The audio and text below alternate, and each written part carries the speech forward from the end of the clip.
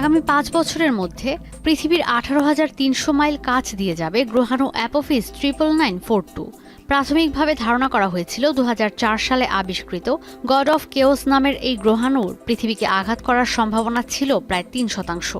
তবে planetary science জার্নালের সাম্প্রতিক গবেষণা প্রতিবেদন বলছে, ছোট একটি গ্রহাণু যদি অ্যাপোফিসকে আঘাত করে তবে এর গতিপথ পুরোপুরি বদলে যাবে।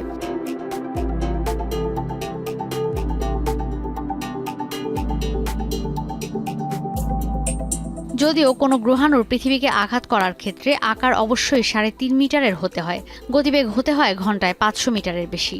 তবে গবেষণা বলছে, মাত্র ২ ফিটের গ্রহাণু গড অফ কেওসকে আঘাত করলে গড অফ কেওস আঘাত করতে পারে পৃথিবীকে।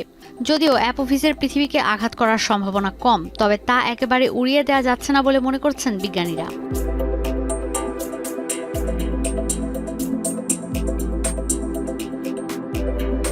বিশৃঙ্খলার এই দেবতার আকার ৩৫০ মিটারের কাছাকাছি।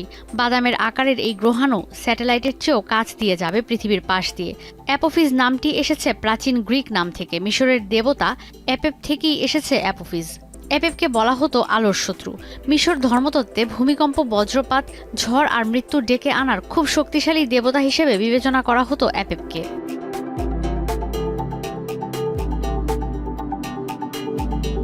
পৃথিবীকে আঘাত করা নিয়ে অনিশ্চয়তা থাকলেও পৃথিবীর পাশ দিয়ে যাওয়া ইতিহাসের সবচেয়ে বড় গ্রহাণুগুলোর একটি অ্যাপোফিস 99942। পৃথিবীর অনেক কাছের স্যাটেলাইট থেকেও কাছ দিয়ে যাবে এই গ্রহাণু। চাঁদ থেকে ১০ গুণ কাছে থাকবে পৃথিবীর। মহাকাশ বিজ্ঞানীরা বলছেন, ৫ থেকে ১০,০০০ বছরের মধ্যে একবার এত বড় গ্রহাণু পৃথিবীর কাছ দিয়ে যাওয়ার ঘটনা ঘটে। ঈশিতা ব্রহ্ম, এখন বিশ্ব। ২৫০টিরও বেশি ডিজাইন অপশন নিয়ে ওয়ালটন স্মার্ট ফ্রিজ, বোঝে আপনার প্রয়োজন।